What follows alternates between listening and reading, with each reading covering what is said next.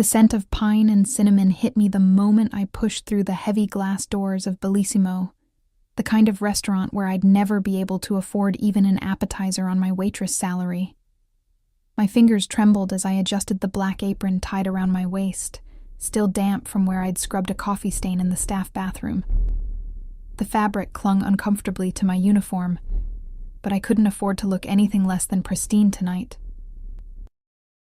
Christmas Eve service at Bellissimo meant tips that could cover my rent, maybe even leave enough for the medication I'd been stretching for 3 weeks.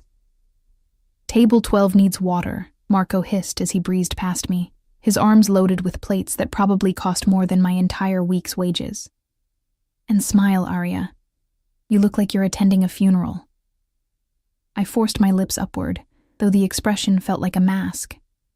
Everything felt like a mask lately. 6 months of double shifts, of swallowing my pride, of pretending the world wasn't crushing me slowly beneath its weight.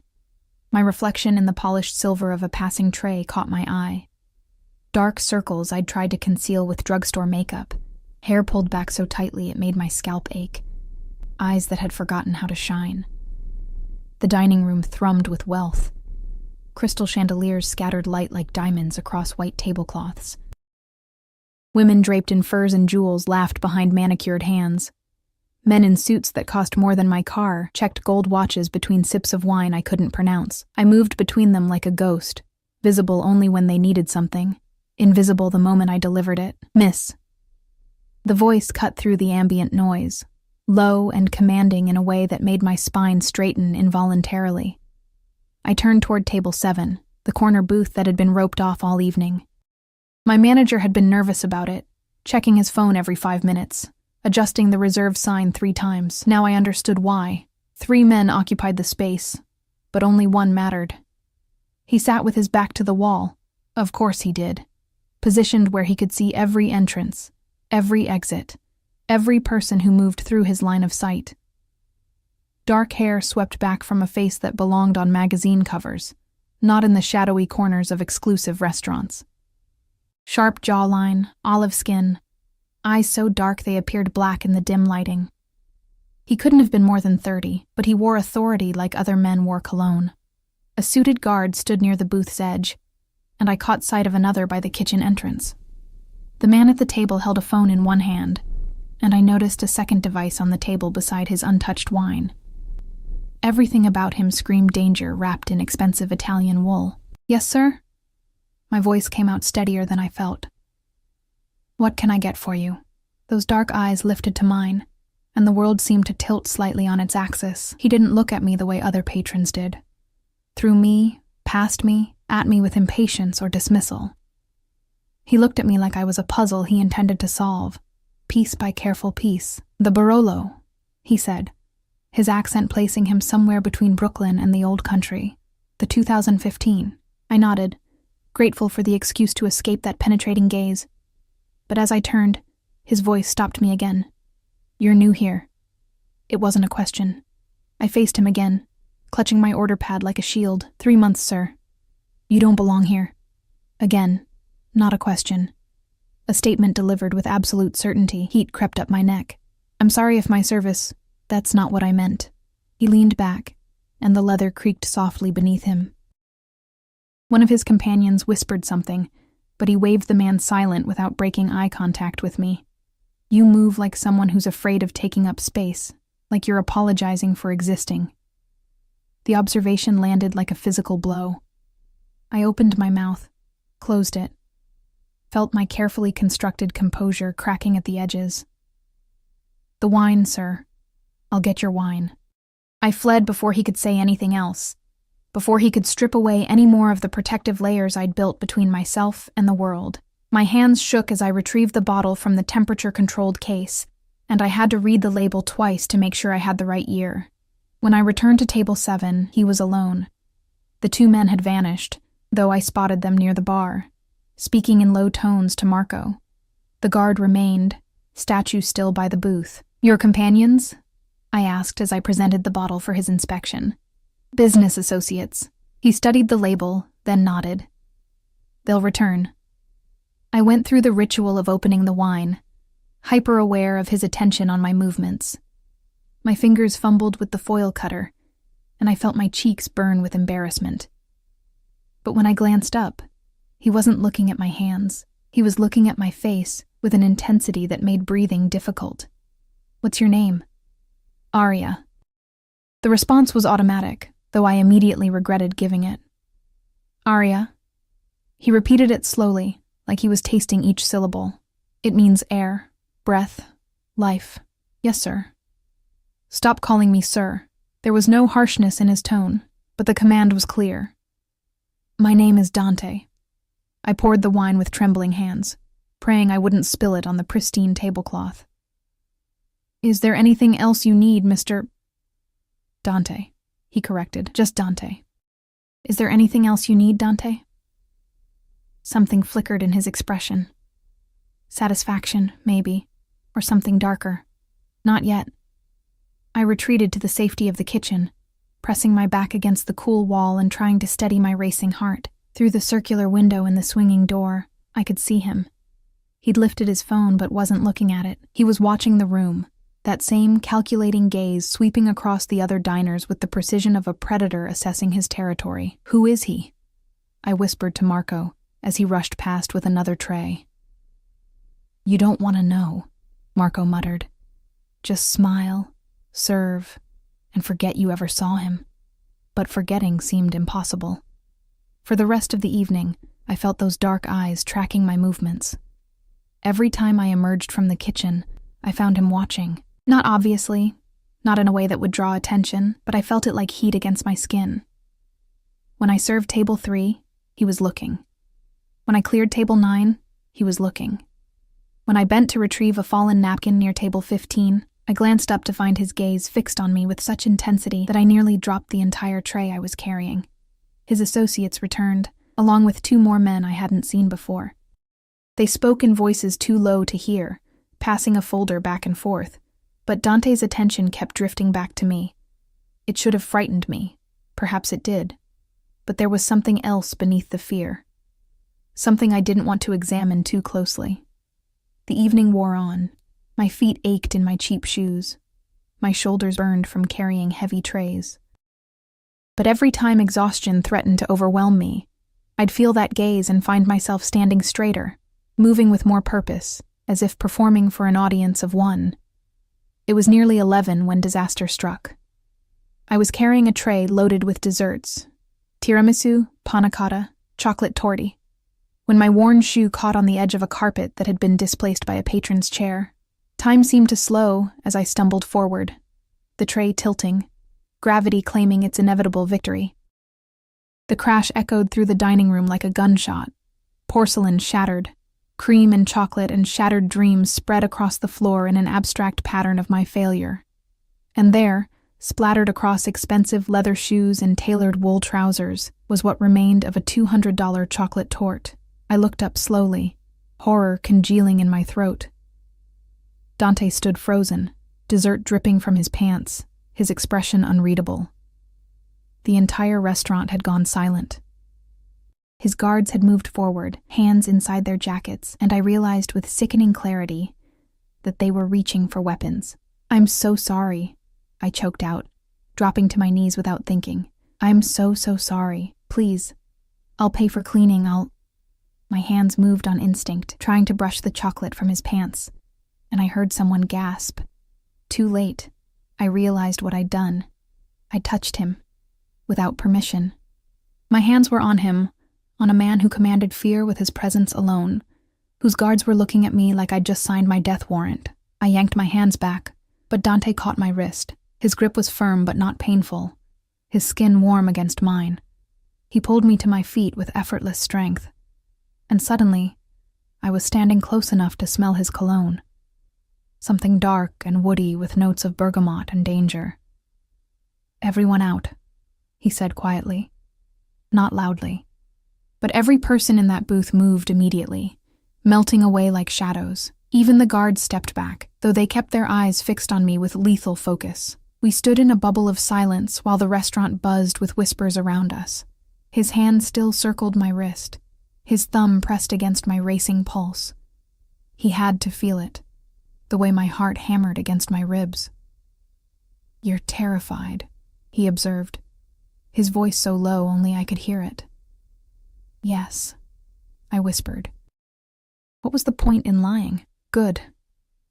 His free hand came up and I flinched, but he only tucked a strand of hair that had escaped my ponytail behind my ear. The gesture was almost tender, completely at odds with the dangerous man before me.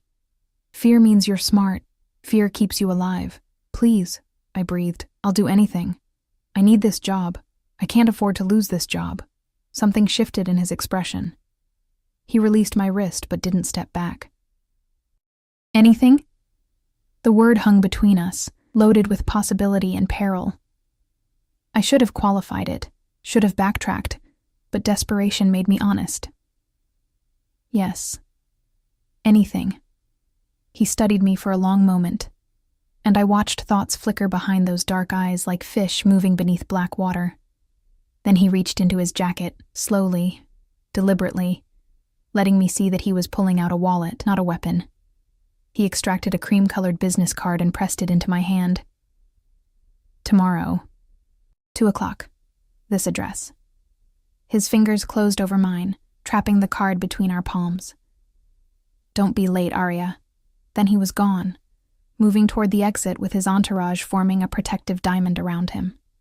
The other patrons parted like a sea, and I stood in the wreckage of broken porcelain and shattered composure, clutching a business card that felt like it was burning through my skin. Marco appeared at my elbow, his face pale.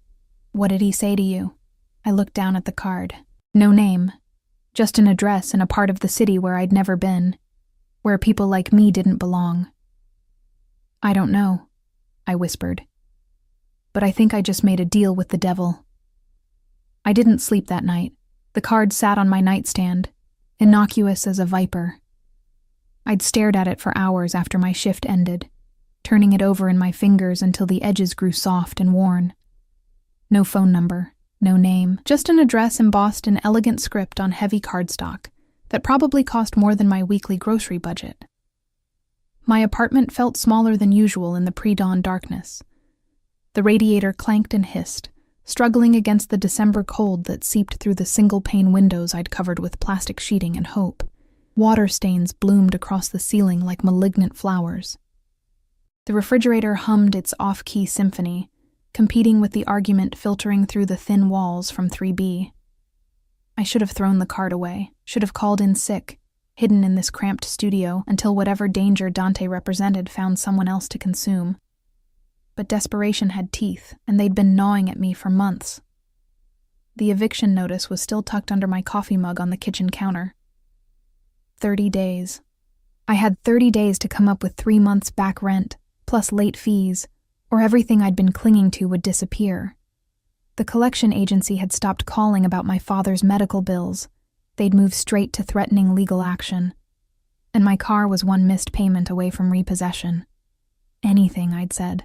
Like an idiot. Like someone who'd never learned that the universe kept score. At 1:30, I stood in front of my closet's meager offerings. Nothing seemed appropriate for whatever waited at that address. The black dress I wore to my father's funeral felt too morbid. My 2 other dresses were either too casual or too worn. I finally settled on dark jeans that didn't have any visible holes, and a cream sweater that had been nice before countless washes had pilled the fabric. The address led me to a neighborhood I'd only seen from bus windows. Brownstones with restored facades, streets lined with trees that somehow survived in the concrete. Even the sidewalks looked cleaner here. I felt conspicuous in my secondhand coat with its missing button, clutching my bag against my chest like armor. The building was narrower than its neighbors, wedged between 2 larger structures like an afterthought. But there was nothing careless about the glossy black door or the security camera angled discreetly above the frame. I raised my hand to knock, then noticed the intercom button. Before I could press it, the door opened. The man who stood there wasn't Dante. This one was older, built like a truck, with a scar running through his left eyebrow. He looked me up and down with the professional assessment of someone paid to identify threats. "Arya?" His voice rumbled from somewhere deep in his chest. "Yes." He stepped aside, gesturing me into a narrow hallway that opened into unexpected space.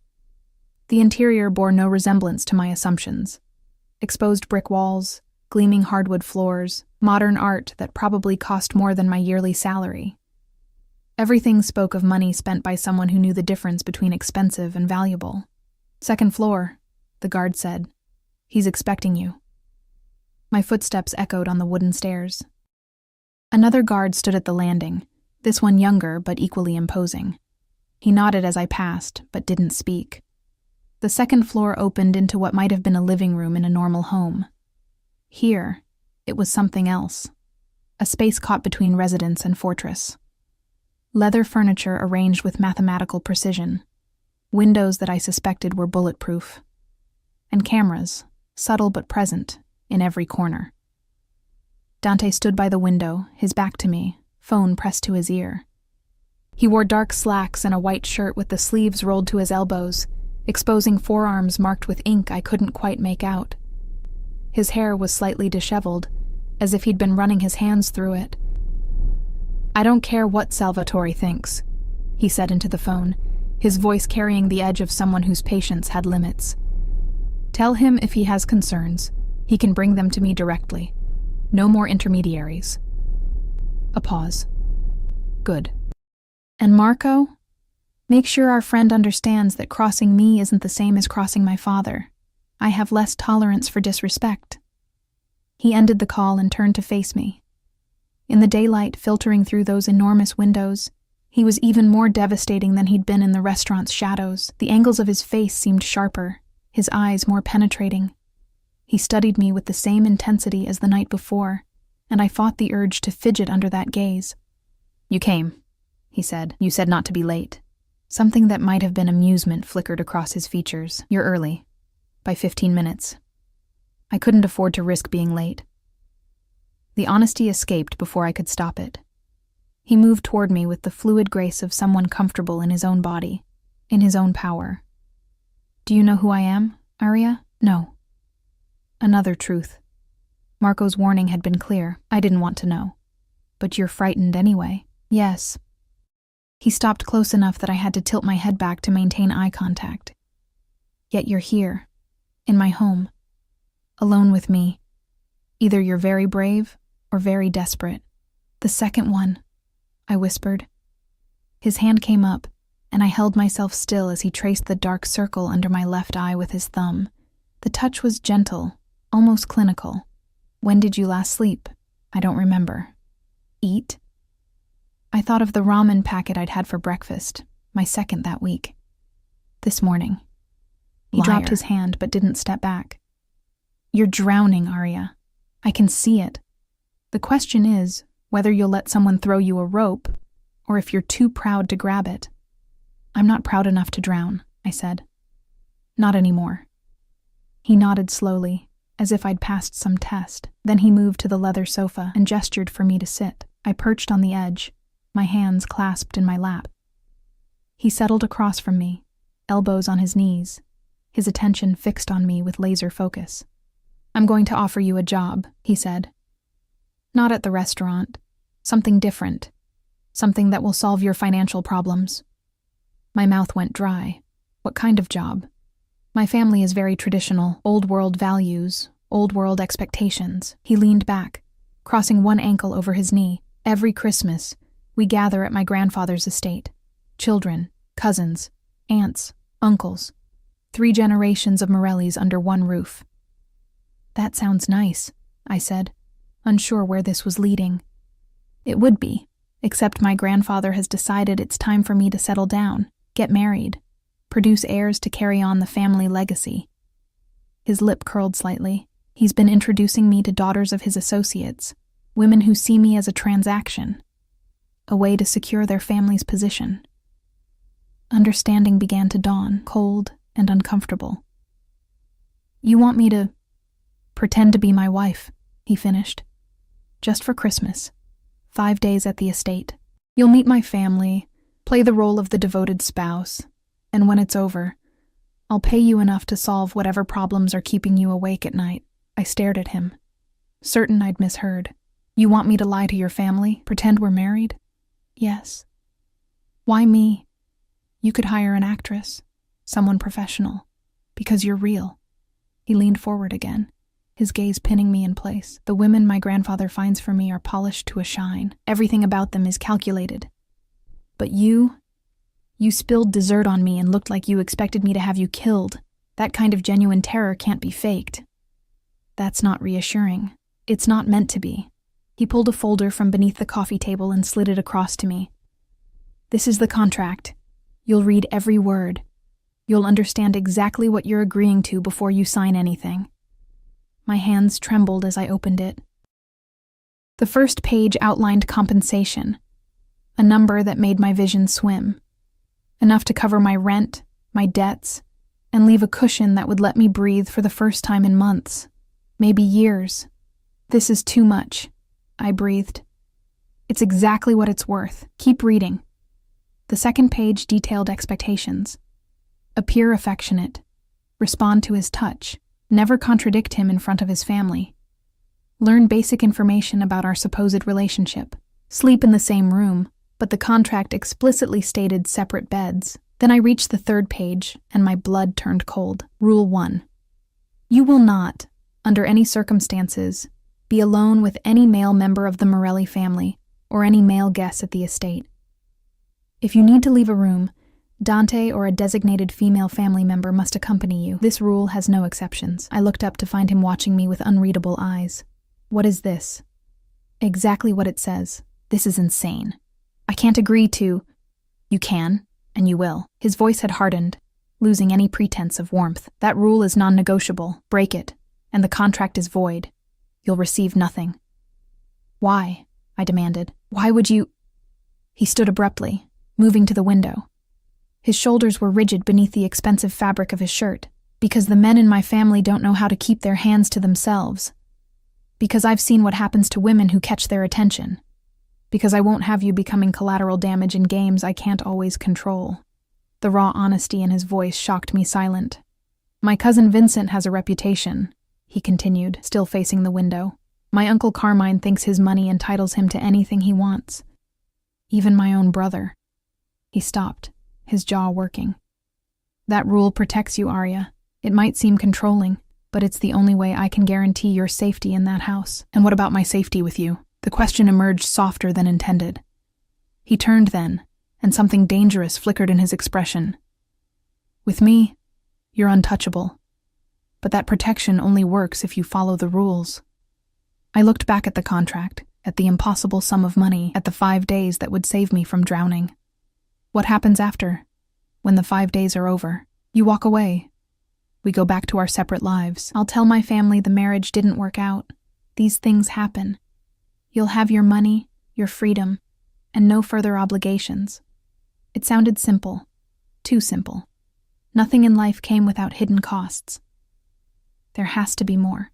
There is. He returned to the sofa but remained standing. While you're there, you belong to me, not in reality, but in appearance. You'll wear what I choose. Go where I tell you. Speak when I allow it. My family will be watching every interaction, judging every gesture.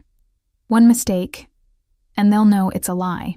So, I'm supposed to be your puppet. You're supposed to be my wife. He crouched in front of me, bringing us eye to level. In my world, wives defer to their husbands.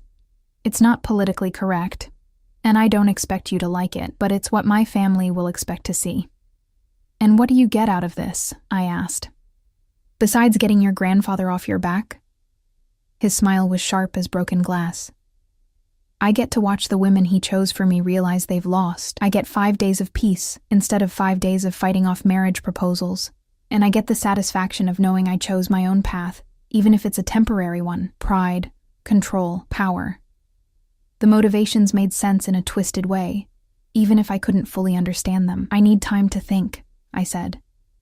You have 5 minutes. He straightened and checked his watch. The car leaves for the estate tomorrow at 8. Either you're in it or you're not. But Arya? He waited until I met his eyes. I don't offer second chances. This is your one opportunity. Walk away now, and you'll never see me again. I thought of my apartment, the eviction notice, the collection calls, the medication I'd been rationing, the future that looked like an endless tunnel with no light. Then I thought of 5 days playing pretend in a mansion with a man who terrified and fascinated me in equal measure. It wasn't really a choice at all. I need a pen, I said. Something blazed in his expression. triumph, or satisfaction, or hunger, I couldn't tell. He produced a pen from his pocket, expensive and heavy. I took it, feeling the weight of what I was about to do settle over me like a shroud. My signature looked small and insignificant at the bottom of the contract. Dante's joined it moments later, bold and decisive. "One more thing," he said as I stood to leave. "Tomorrow morning, a car will pick you up at 7. Bring nothing. Everything you need will be provided. Nothing? No photos, no phone, no reminders of your other life. For 5 days, that life doesn't exist. Only this one." The reality of what I'd agreed to crashed over me like ice water. "I don't even know your last name." "Morelli," he said. "Dante Morelli. And as of tomorrow, you're Aria Morelli. Try not to forget it." The black Mercedes that arrived at 7 the next morning was nothing like the cars I'd grown accustomed to seeing. It gleamed with a polish that seemed almost liquid, its windows tinted so dark I couldn't see inside. A driver in a charcoal suit emerged, the same scarred man from Dante's brownstone, and opened the rear door without a word. I climbed in, my empty hands feeling strange and weightless. The interior smelled of leather and something subtle I couldn't identify, expensive and clean. Dante sat in the far corner, scrolling through one of his phones. He wore a black sweater and dark jeans, somehow making casual look calculated. He didn't look up as the door closed behind me. "Seatbelt," he said. I fumbled with the mechanism, hyper-aware of the silence between us. The car pulled into traffic with a smoothness that spoke of suspension systems I couldn't fathom. We'd been driving for 5 minutes before he finally set down his phone and turned his attention to me. "You didn't sleep again." It wasn't a question, but I answered anyway. "No." "Second thoughts?" "About 100 of them." His mouth curved slightly. "But you're here." I signed a contract. Contracts can be broken. He shifted, angling his body toward mine. "Are you going to break this one, Aria?" I met his gaze and saw the test in it. "No." "Good." He reached into a leather bag at his feet and withdrew a small velvet box. My heart stuttered when I saw it. "Give me your left hand." I extended it slowly, watching as he opened the box to reveal a ring that caught the morning light and shattered it into 1,000 pieces. The diamond was substantial, but not ostentatious, set in what looked like platinum. 2 smaller stones flanked it, and the band itself bore intricate engraving. "It was my grandmother's," he said, sliding it onto my finger. The fit was perfect. She died when I was 12. My grandfather kept it in a safe for years, waiting for the right woman. The weight of it felt wrong on my hand. "I can't wear this. What if something happens to it? Then something happens to it." He didn't release my hand, his thumb tracing over the ring. "But nothing will. You'll treat it with the same care you treat your own life, because that's what my family will expect." His touch lingered longer than necessary before he pulled back. From the bag, he produced a folder thick with papers. "Everything you need to know about us, how we met, when we got married, where we went on our honeymoon. Memorize it. My Aunt Francesca has a memory like a steel trap, and she'll test you." I opened the folder to find page after page of fictional history. We'd met at a charity gala. I'd been serving, naturally, and he'd been immediately taken with my grace. We'd dated for 6 months before he proposed at a restaurant overlooking the harbor. We'd married quietly, just a small ceremony, because I preferred intimate gatherings. Our honeymoon had been 2 weeks in the Italian countryside, visiting his family's ancestral home. "This is detailed," I murmured, scanning descriptions of places I'd never been, moments I'd never lived. "It has to be. My family doesn't accept surface-level lies. They dig until they find truth or blood." He paused. "Usually both." The drive stretched into hours. We left the city behind, trading concrete for countryside. Dante took phone calls in Italian, his voice shifting between commanding and coaxing, depending on who was on the other end. I studied the folder, committing facts to memory like I was cramming for an exam that would determine my survival, because maybe I was. "Tell me about your family," he said during a lull between calls. "Your real family." "Why does that matter?" "Because they'll ask. And because I need to know if anyone will come looking for you." The words sent a chill through me.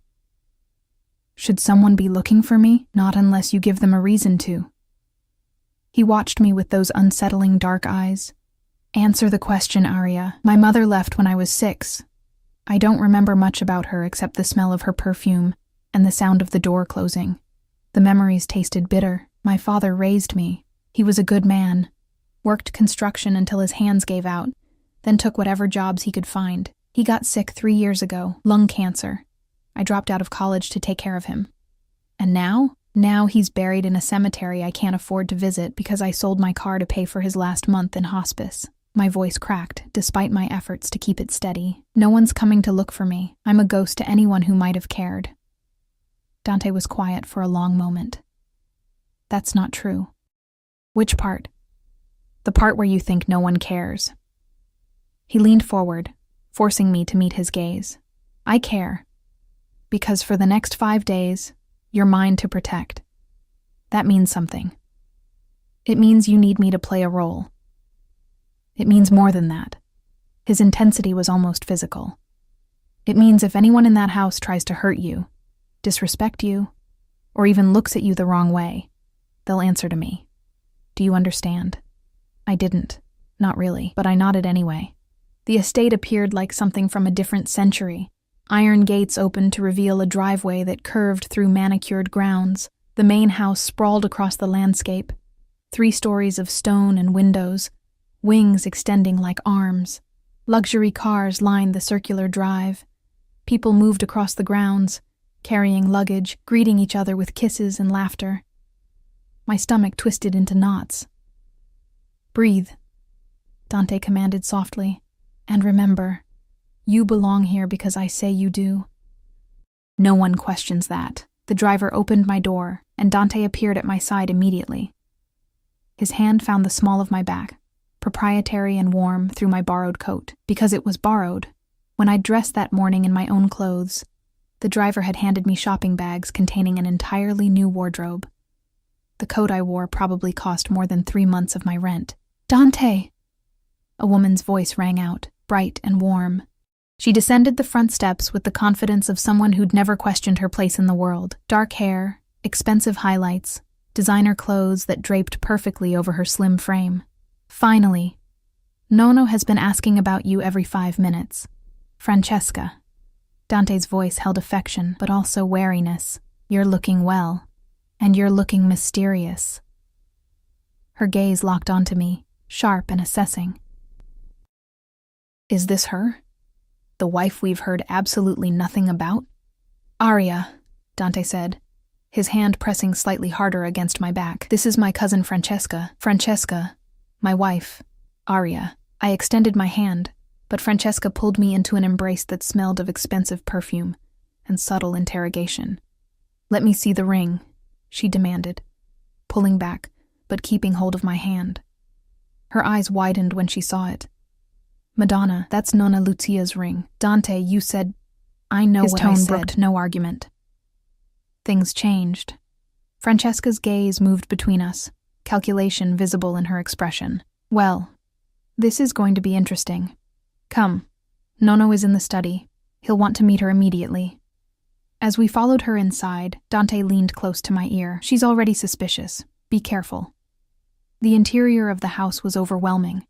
Marble floors, oil paintings in gilded frames, furniture that belonged in museums.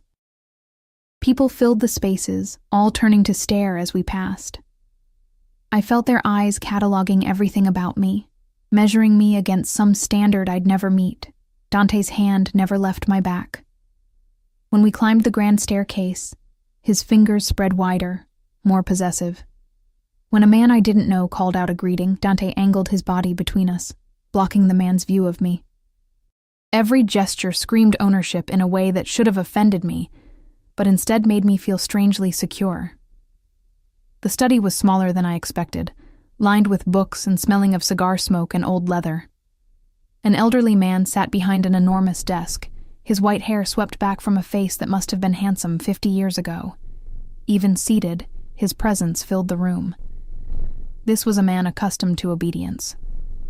No, Dante said, his voice shifting to something more formal. I'd like you to meet my wife. The old man's eyes, the same dark shade as Dante's, fixed on me with predatory interest. So, the mysterious bride.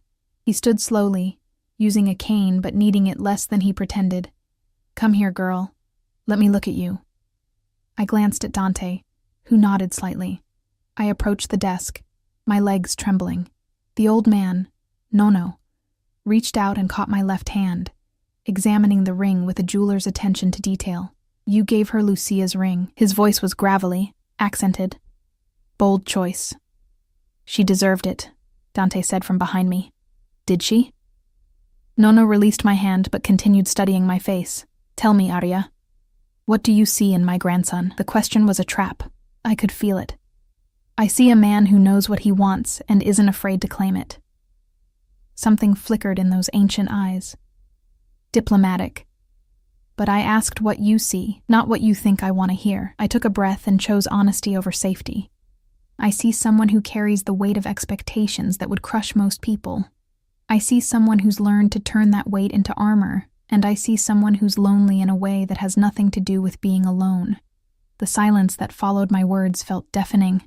Dante had gone completely still. Francesca, who'd followed us in, made a small sound that might have been surprise or admiration. Nono's face remained impassive for several heartbeats. Then he smiled, revealing teeth that were too perfect to be original. Interesting. Very interesting. Dante, you've chosen well. Perhaps you have your grandfather's eye after all. Perhaps, Dante said, but there was an edge to his voice I didn't understand. Go, get settled. Dinner is at 7. Everyone will be there. Nono waved us away with his cane. And Arya? Welcome to the family. Try not to let them eat you alive. Dante's hand found mine as we left the study, his grip tight enough to border on painful. He didn't speak as we climbed to the 3rd floor, past curious stares and whispered conversations.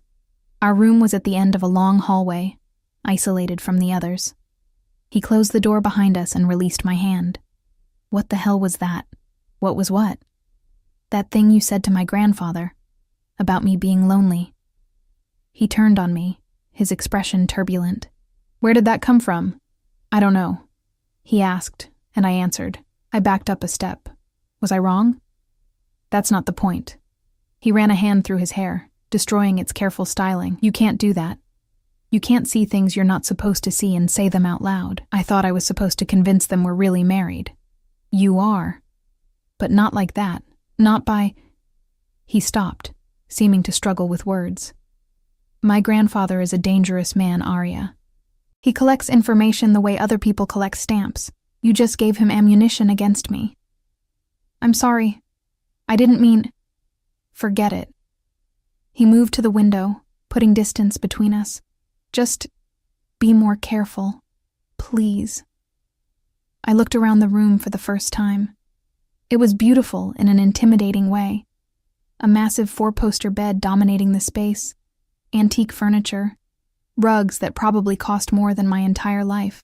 And there, tucked discreetly in the corner, was a second, smaller bed. The separation we'd agreed upon. The bathroom is through there, Dante said without turning around. Your clothes are already in the closet. Dinner clothes are marked. Wear the red dress. Dante, I need to make some calls. Stay in this room until I come back for you. Don't open the door for anyone except me. He finally looked at me, and his expression had shuttered completely.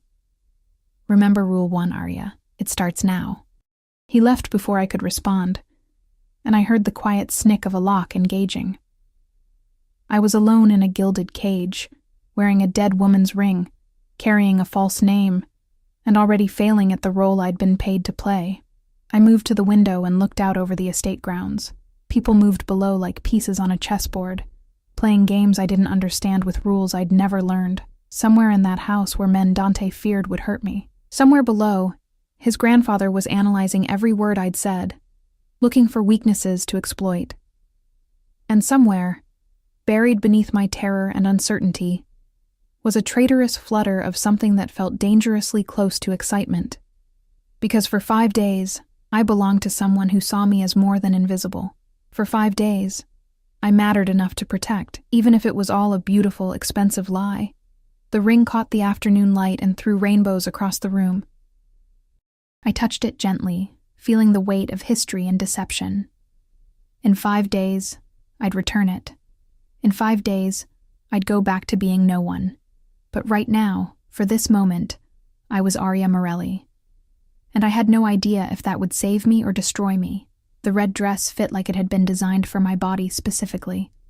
Silk that whispered against my skin, a neckline that suggested rather than revealed, a hem that fell just above my knees. When I looked in the mirror, I barely recognized myself. My hair, washed with products that cost more than I wanted to imagine, fell in soft waves around my shoulders. The makeup artist who'd appeared an hour ago had transformed my exhaustion into something that looked almost like elegance. I was studying my reflection, trying to reconcile this woman with the one who'd spilled dessert 2 days ago, when the door opened. Dante entered without knocking, and I watched his reflection freeze behind mine in the mirror. His eyes traveled from my face down to my shoes and back up again, slowly, deliberately. Something dangerous flickered in his expression before he controlled it. "Turn around." I obeyed, my heart hammering. He approached with predatory grace, and I held myself still as he circled me once, then twice. His finger traced along my shoulder blade, adjusting the dress's drape. "Perfect," he murmured. Then, louder, "There's something missing." He withdrew a velvet box from his jacket, longer than the ring box, flatter. Inside lay a necklace that made my breath catch, diamonds and rubies arranged in an intricate pattern, delicate but unmistakably valuable. "I can't wear that," I whispered. "You will."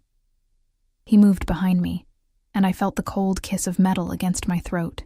His fingers brushed my nape as he fastened the clasp, and I shivered involuntarily. In my world, a wife wears her husband's gifts. It shows everyone that you're claimed, protected, mine. That word again, mine. He said it the way other people said their own names, with absolute certainty and ownership. "Look at me." His hand settled on my shoulders, turning me to face him. He'd changed into a black suit that probably cost more than my year's salary. His hair swept back, his jaw sharp enough to cut. "Tonight will be difficult. There will be 23 people at dinner. Most of them will try to find cracks in our story. Some will do it subtly. Others won't bother with subtlety at all. What do I do? You stay close to me. You let me speak for us when appropriate. You smile and nod and remember everything we rehearsed." His thumb stroked small circles on my shoulders. "And if anyone makes you uncomfortable, you tell me immediately. Understood?" "Yes." "Good." But he didn't release me. Instead, his gaze dropped to my mouth, and for a breathless moment I thought he might kiss me. Then he stepped back abruptly. "One more thing. My brother will be there. Marco. You mentioned him before, in the contract briefing.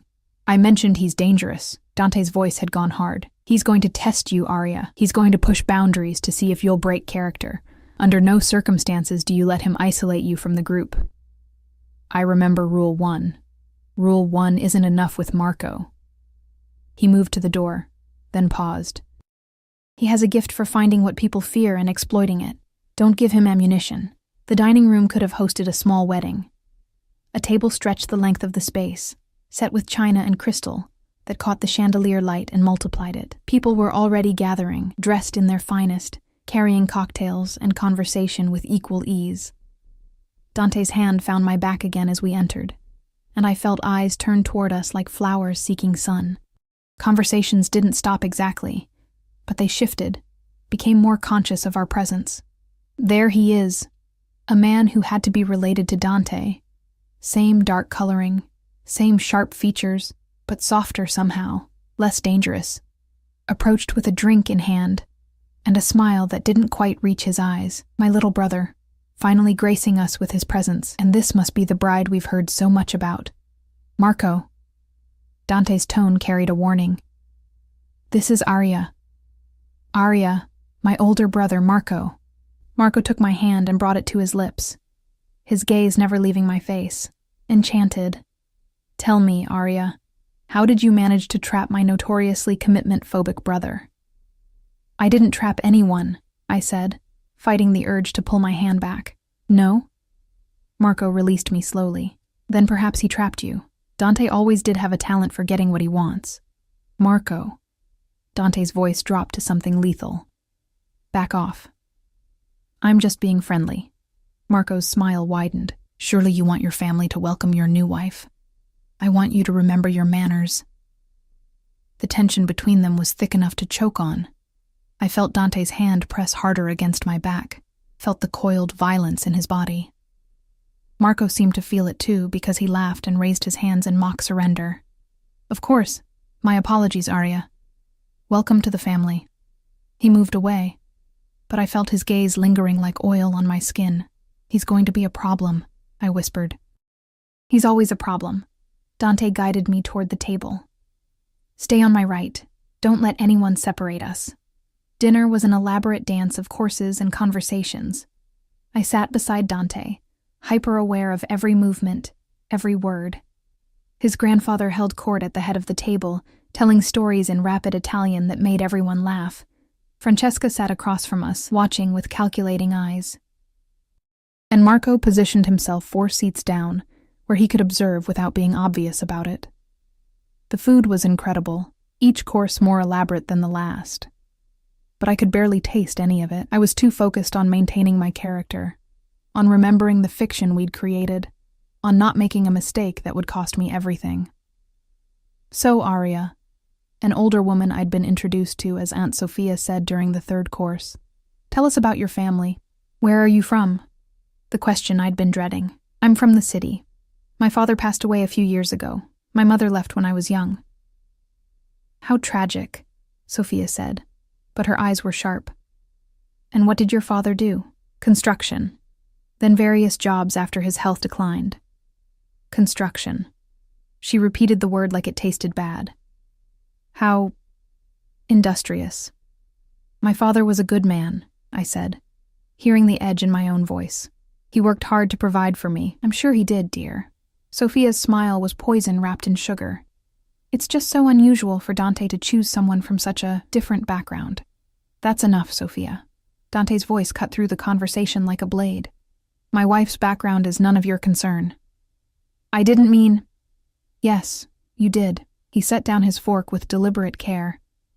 Arya's family may not have our name or our money, but she has something more valuable: integrity, grace, strength. His hand found mine under the table, his grip almost painfully tight. Things some people at this table wouldn't recognize if they saw them. The table had gone silent. Even Nonno had stopped eating, watching the exchange with interest. I felt heat flood my face, embarrassment, and something else. Something that felt dangerously like gratitude. Well said, grandson, Nonno finally spoke. Love doesn't concern itself with bank accounts. Your grandmother came from nothing, and she was the finest woman I ever knew. The tension broke slightly, conversations resuming in quieter tones. But Dante's hand remained locked around mine, and I could feel rage vibrating through him like a tuning fork. Thank you, I whispered. Don't thank me for defending what's mine. He brought my hand to his lips, pressing a kiss to my knuckles that felt more like a brand than affection. No one disrespects you while you wear my ring. The possessiveness should have frightened me.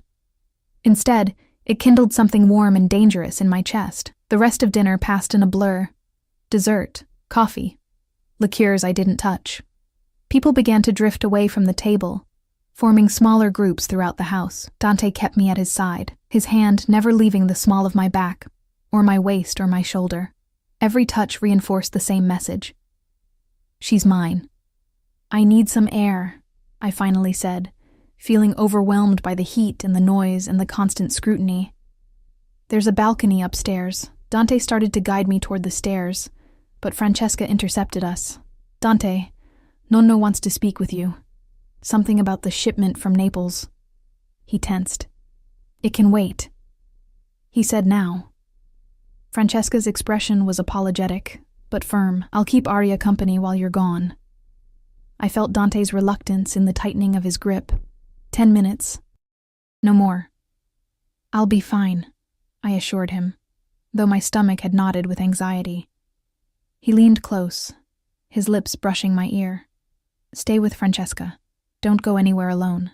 I'll be back as soon as possible. Then he was gone, and I was left with his cousin, who studied me with undisguised curiosity.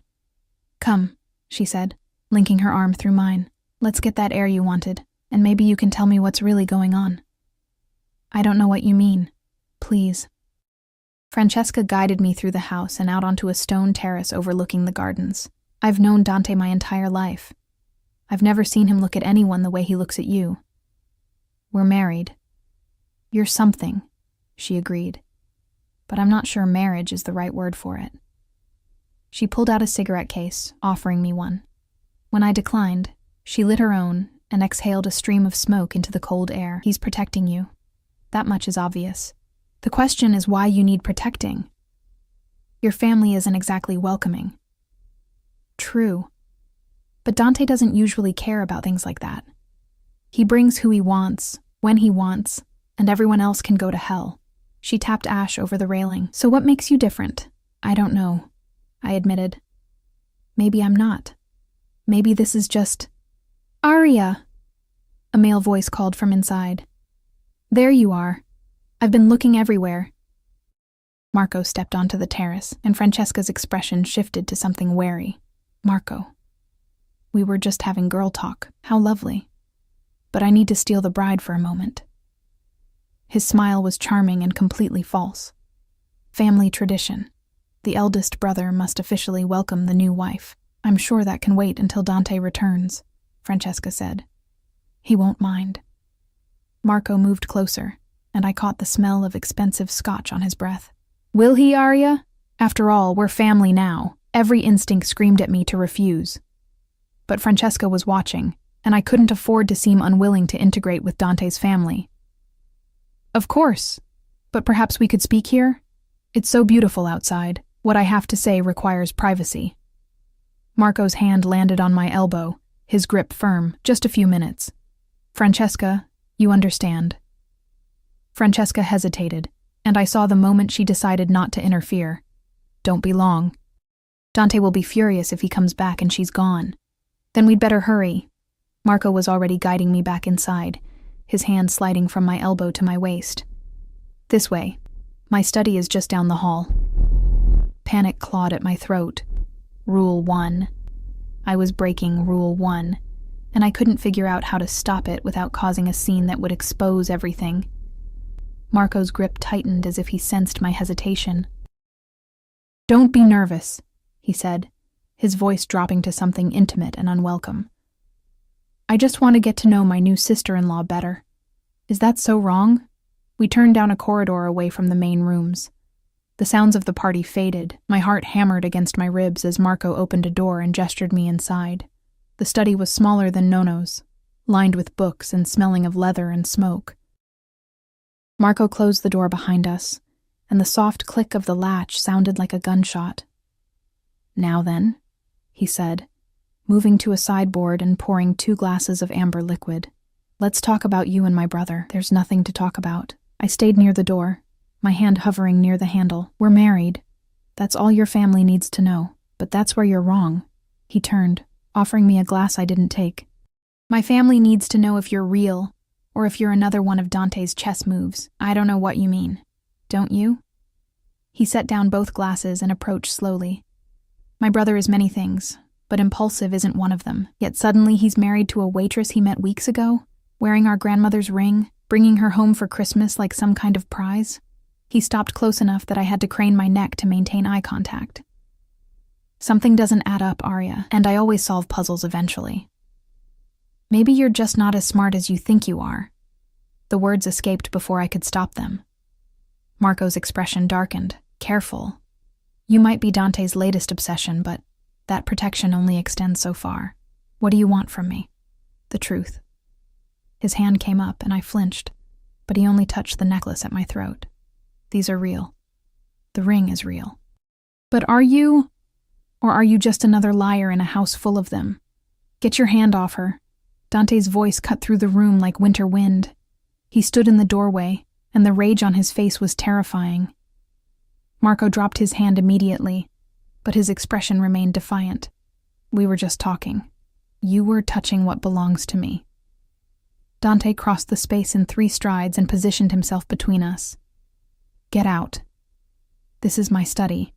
I don't give a damn if it's the Sistine Chapel. Get. Out. Marco laughed, but there was no humor in it. She's got you twisted up, little brother. How long before you realize she's just using you? Dante's fist connected with Marco's jaw so fast I barely saw it move. Marco staggered back, blood blooming from his split lip. For a moment I thought he'd retaliate. Then Nono's voice rang out from the hallway. Enough! The old man filled the doorway, his cane tapping against the floor. Behind him stood several other family members, drawn by the commotion.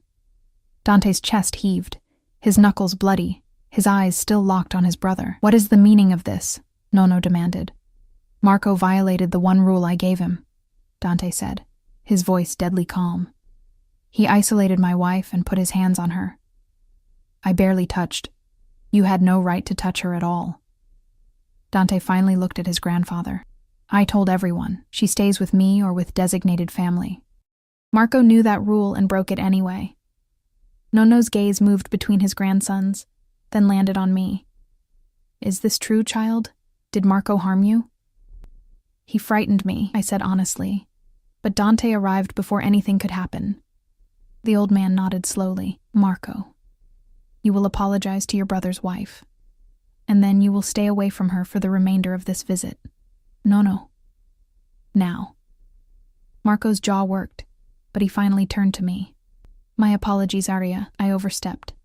The words were hollow, but I nodded acceptance. Dante's hand found mine, his grip almost crushing. We're retiring for the evening, he announced. Arya is tired. No one argued.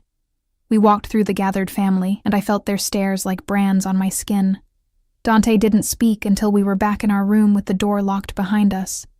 Then he pulled me against him, his arms wrapping around me with desperate strength. Did he hurt you? No. You got there in time. I should have stayed with you. I never should have left you alone. His hand cradled the back of my head, pressing my face against his chest. His heart hammered beneath my ear. If he had touched you, if he had hurt you, but he didn't. I pulled back enough to look at his face. Blood still stained his knuckles. Let me clean your hand. In the bathroom, I ran warm water and carefully washed the blood away. His knuckles were split, but not badly. As I worked, I felt his eyes on me, heavy with something I couldn't name. You defended me, I said quietly. You hit your own brother. He broke the rules. He touched what was mine. His free hand caught my chin, tilting my face up. Do you understand yet, Arya? This isn't just an act. While you're here, while you wear my ring, you're under my protection. And I protect what's mine. The possessiveness in his voice should have terrified me. Instead, it made something inside me melt and reshape itself. I thought of all the times I'd been invisible, disposable, forgettable. And now this dangerous man was claiming me like I mattered, like I was worth defending, worth fighting for. Even if it was only pretend. Even if it would end in 3 more days. Thank you, I whispered. His thumb brushed across my lower lip. Don't thank me. Just promise me you won't break the rules again. I promise. Good. But he didn't release me. We stood there in the bathroom's soft light, his hand on my face, mine wrapped around his damaged knuckles, breathing the same air. When he finally stepped back, the loss of his warmth felt like abandonment. Get some sleep. Tomorrow will be worse. Christmas Day always brings out the worst in my family. I changed in the bathroom, emerging in the silk nightgown that had been provided. Dante had already claimed his smaller bed, stripped to his waist, tattoos I'd glimpsed before, now fully visible. Saints and sinners inked across his skin in elaborate detail. I climbed into the large bed, feeling it swallow me. The sheets smelled like him, bergamot and danger and something uniquely Dante. I closed my eyes and tried to quiet my racing heart. Arya? His voice came through the darkness. Yes? I meant what I said. You're mine to protect. Remember that. I touched the ring on my finger, the necklace at my throat. 5 days. I had 3 more days of being his. And God help me. I wasn't sure I wanted them to end. Christmas morning arrived with snow falling silent and thick beyond the windows. I woke to find Dante already dressed, standing at the glass with a phone pressed to his ear, speaking in rapid Italian. The smaller bed was empty, its sheets undisturbed. He'd never slept. "Capisco," he said into the phone. "Handle it quietly. I don't want complications today of all days." He ended the call and turned to find me watching. "Buon Natale." "Merry Christmas," I replied, my voice still rough with sleep. He approached the bed, and I realized I was still in the nightgown. The covers pooled around my waist. His gaze traveled over me before he caught himself. "There's breakfast downstairs, then gift exchange, then Christmas dinner." He sat on the edge of the bed, close enough that I felt the heat of him. "My family goes all out for Christmas. It's the one day a year when we pretend we're normal. Are you ever normal?" Not since I was 12 and my father sat me down to explain what business we were really in. Something dark crossed his face. "Get dressed. The green dress. And Arya." He waited until I met his eyes. "Stay close to me today, especially close." The warning sent ice through my veins. "What's wrong?" "Nothing yet, but Marco isn't done. He's humiliated, and humiliated men in my family do stupid things." He stood, moving to the door. "I'll be right outside. 10 minutes." The green dress was emerald silk that brought out the gold in my skin. I brushed my hair until it shone and applied minimal makeup, my hands steadier than they'd been yesterday. When I emerged, Dante was leaning against the wall, scrolling through messages. He looked up, and that same arrested expression from yesterday crossed his features. "Beautiful," he murmured, then seemed to catch himself. He offered his arm. "Ready?" The house had transformed overnight. Garlands draping every surface, a massive tree in the main hall covered in ornaments that probably cost more than cars. The smell of cinnamon and pine and something baking filled the air. Family members gathered in the formal living room, already dressed in their finest, drinking champagne at 9 in the morning. Nono presided over the chaos from his throne-like armchair, directing traffic with his cane. When he saw us, his weathered face creased into something almost warm. "Ah, the newlyweds. Come, sit. We're about to begin." Dante guided me to a love seat positioned in Nono's direct line of sight. His arm draped across my shoulders, his thumb tracing absent patterns on my upper arm. To anyone watching, we looked like what we were supposed to be. A couple so newly married we couldn't bear to stop touching. But beneath the performance, I felt tension humming through Dante's body like a live wire. Gift exchange was a lavish affair. Boxes wrapped in expensive paper passed from person to person. Jewelry, watches, designer clothes. I received gifts from family members I'd barely spoken to, a scarf from Francesca, perfume from Aunt Sophia that smelled like an apology, a bracelet from one of the uncles whose name I couldn't remember. Then Dante handed me a box wrapped in silver paper. "From me." My hands trembled as I opened it.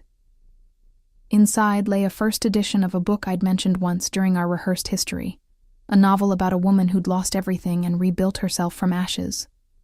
The cover was pristine, the pages delicate with age.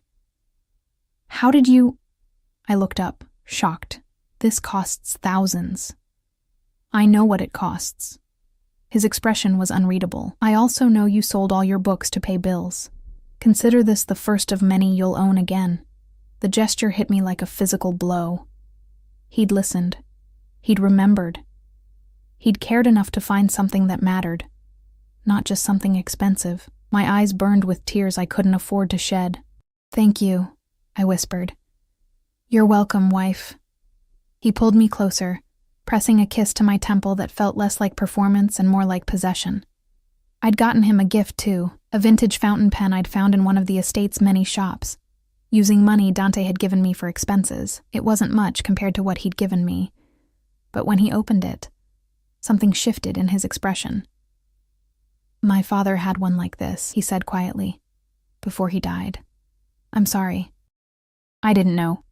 "Don't apologize." He tested the pen's weight in his hand. "It's perfect." The moment broke when Marco entered the room, his jaw bruised, his eyes cold. He carried a bottle of wine and an envelope. "For the happy couple," he announced, his voice carrying across the room, "a gift from me and Elena."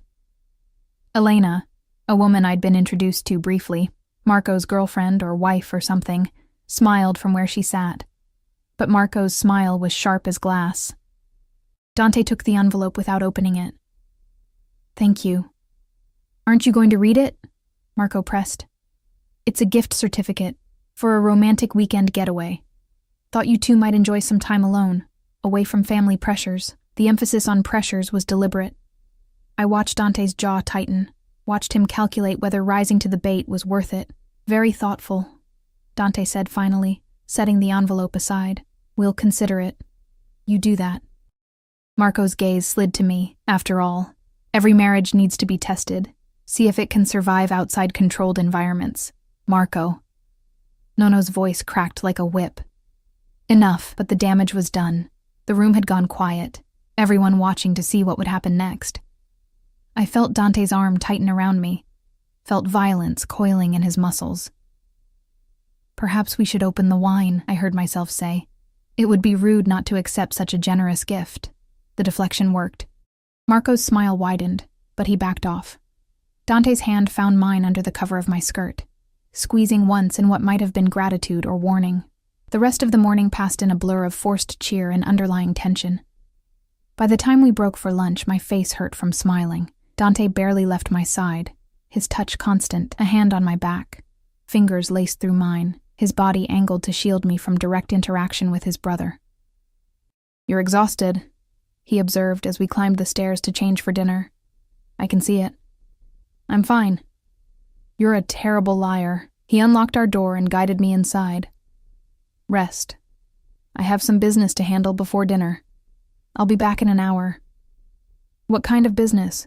"The kind you don't want to know about." He caught my face in his hands, his thumbs stroking my cheekbones. "Lock the door behind me. Don't open it for anyone but me, understand?" "Yes." But he didn't move. He stood there, holding my face, his dark eyes searching mine for something I couldn't name. "3 more days," he said softly. 3 more days, and you're free." The words should have brought relief. Instead, they felt like mourning. He left before I could respond. I locked the door and collapsed onto the bed, still wearing the green dress, too tired to care about wrinkles. My mind raced with everything that had happened. The gifts, the tension, Marco's thinly veiled threats. But beneath it all was something else, something I didn't want to examine. The way Dante looked at me, the way his touch lingered, the way he'd chosen a gift that meant something instead of something expensive. These weren't the actions of a man playing a role. These were the actions of a man who... No, I couldn't let myself think that way. This was temporary, a transaction. In 3 days, I'd take my money and disappear back into my regular life, and Dante would find another way to appease his grandfather. I must have dozed because I woke to shouting from somewhere below. Male voices raised in anger. The words were Italian, but the rage transcended language.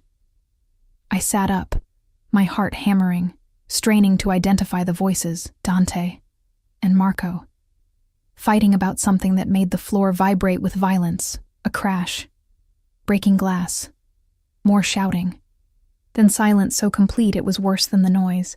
I was at the door before I consciously decided to move, my hand on the lock, but Dante's words echoed in my memory.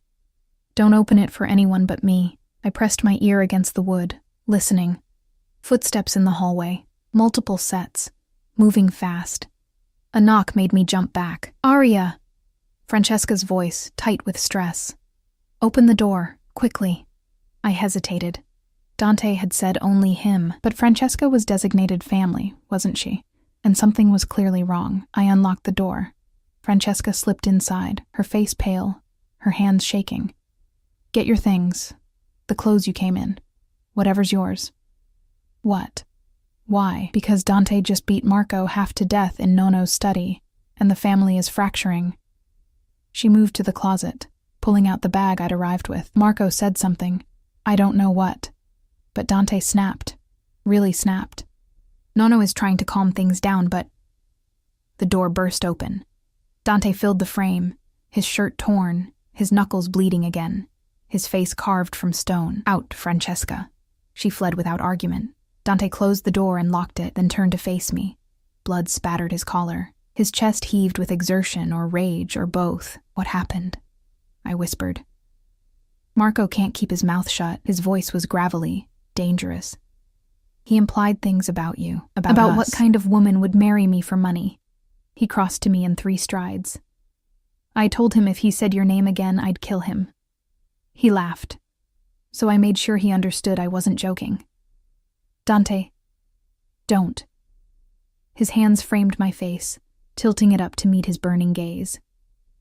Don't tell me I overreacted. Don't tell me he's family. Don't tell me any of the rational things I already know. I wasn't going to. My hands came up to cover his, feeling the blood cooling on his skin. I was going to say thank you. Something broke in his expression. You shouldn't thank me. You should run from me. I'm not a good man, Arya. I never have been. But when he talked about you like you were nothing, like you were just some gold digging, he stopped, his jaw working. I couldn't hear it. I won't hear it. Why? The question escaped before I could stop it. Why do you care so much? This is just an arrangement, a business deal. In 3 days, I'm gone. His laugh was bitter. You think I don't know that? You think I haven't been counting down the hours until you disappear from my life? His thumbs stroked my cheekbones, a gesture at odds with his harsh words. But while you're here, while you wear my ring, while you carry my name, you're mine. And I protect what's mine, even when it's temporary, even when it destroys me. The raw honesty in his voice cracked something open inside me. What if I don't want to be temporary? The words hung between us like a held breath. Dante's eyes searched mine, looking for deception, for manipulation, for anything except the truth I was too exhausted to hide. Don't, he said roughly. Don't say things like that unless you mean them. I mean them. My hand slid from his to grip his forearms, feeling the tension coiled there. I came here for money, for survival. But somewhere between your grandfather's study and tonight, something changed. You changed it. You made me feel like I mattered, like I was worth defending, worth protecting. Worth. He kissed me. Not gently. Not tentatively. He kissed me like a drowning man finding air, his hands tangling in my hair, his body pressing mine against the door. I kissed him back with equal desperation, tasting blood and anger, and something that felt terrifyingly close to need. When we finally broke apart, both breathing hard, he rested his forehead against mine. This is insane. You know that, right? I know. I'm not a good man. I do terrible things for terrible reasons.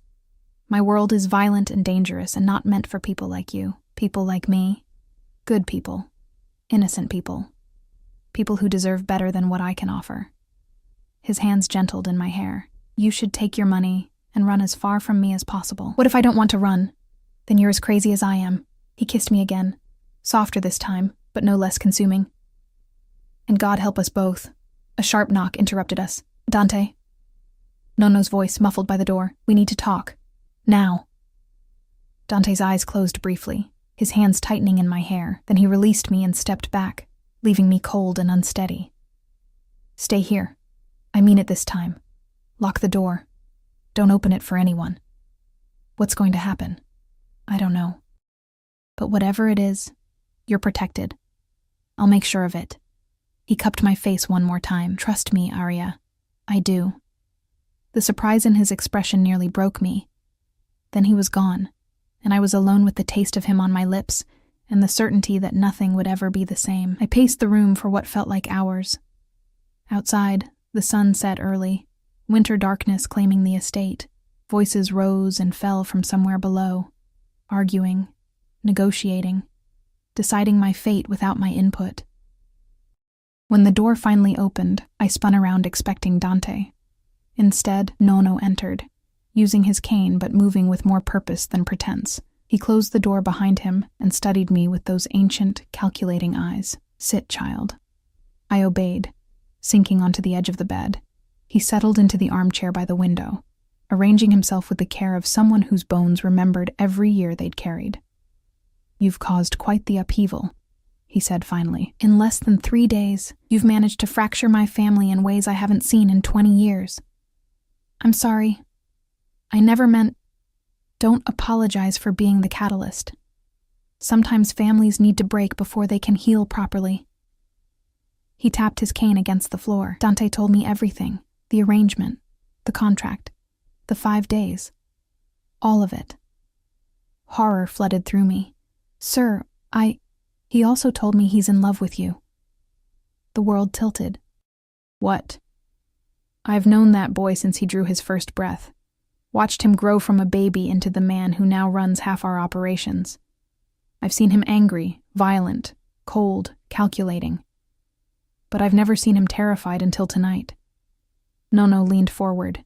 He's terrified of losing you, Arya. Terrified that when these 5 days end, you'll take your money and disappear, and he'll go back to being the lonely man you described in my study. Tears burned my eyes. I don't know what to say. Say whether you feel the same, because if this is still just a transaction for you, I need to know. I won't watch my grandson destroy himself over a woman who can't love him back. I thought of Dante's hands on my face. His voice saying, "You're mine." The way he'd defended me at every turn, fought for me, bled for me. The gift he'd chosen because he'd listened. The kiss that had tasted like coming home. I didn't mean to fall for him, I whispered. I came here for money, for survival. But he made me feel like I was worth something. Like I mattered. And somewhere between fear and gratitude, my voice broke. I fell in love with a man I was supposed to be pretending to love. How stupid is that? Nono's laugh was rough but genuine. Not stupid, human. He stood slowly, moving to the door. The contract is void. Dante burned it an hour ago. You're free to leave whenever you want, with the full payment he promised. What? He said he won't trap you, won't force you to stay. If you want to go, the car is ready. Nono opened the door, then paused. But if you want to stay, if you want to try building something real with him, he's downstairs, in the library, waiting to see which choice you make. Then he was gone, and I was left alone with the most important decision of my life. I could take the money and run, go back to my old life with enough to start over. Be safe. Be free. Be alone. Or I could walk downstairs and choose the dangerous man who'd somehow become my entire world in less than a week. The choice wasn't really a choice at all.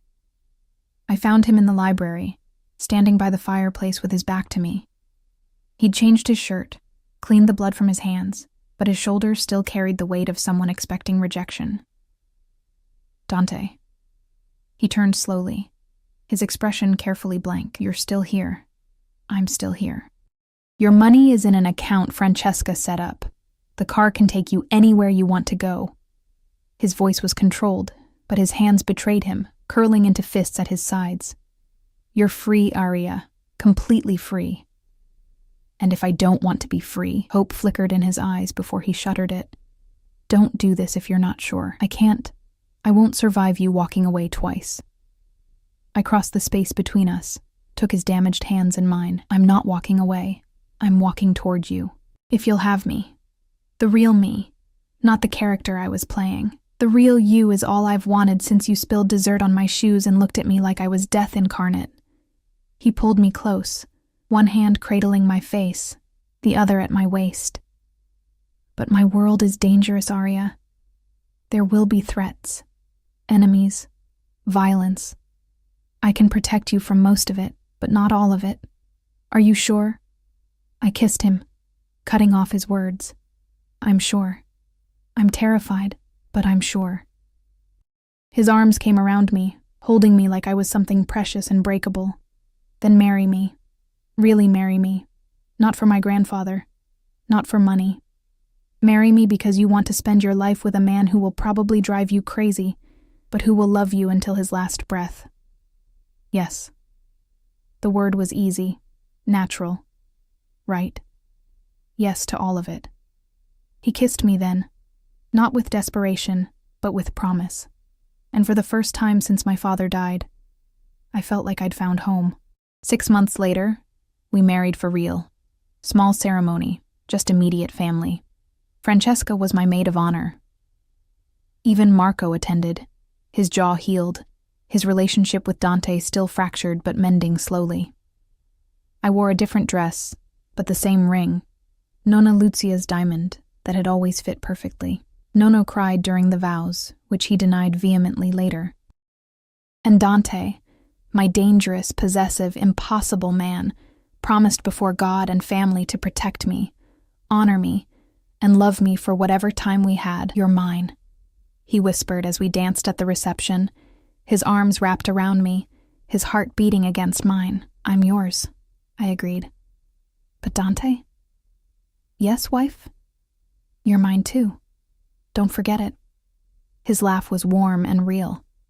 I wouldn't dream of it. Outside, snow began to fall, soft and silent and full of promise. Inside, surrounded by family who'd become mine, held by the man who'd saved me by letting me save him, I finally understood what it meant to belong. Not because someone owned me, but because I'd chosen to be owned. And that made all the difference.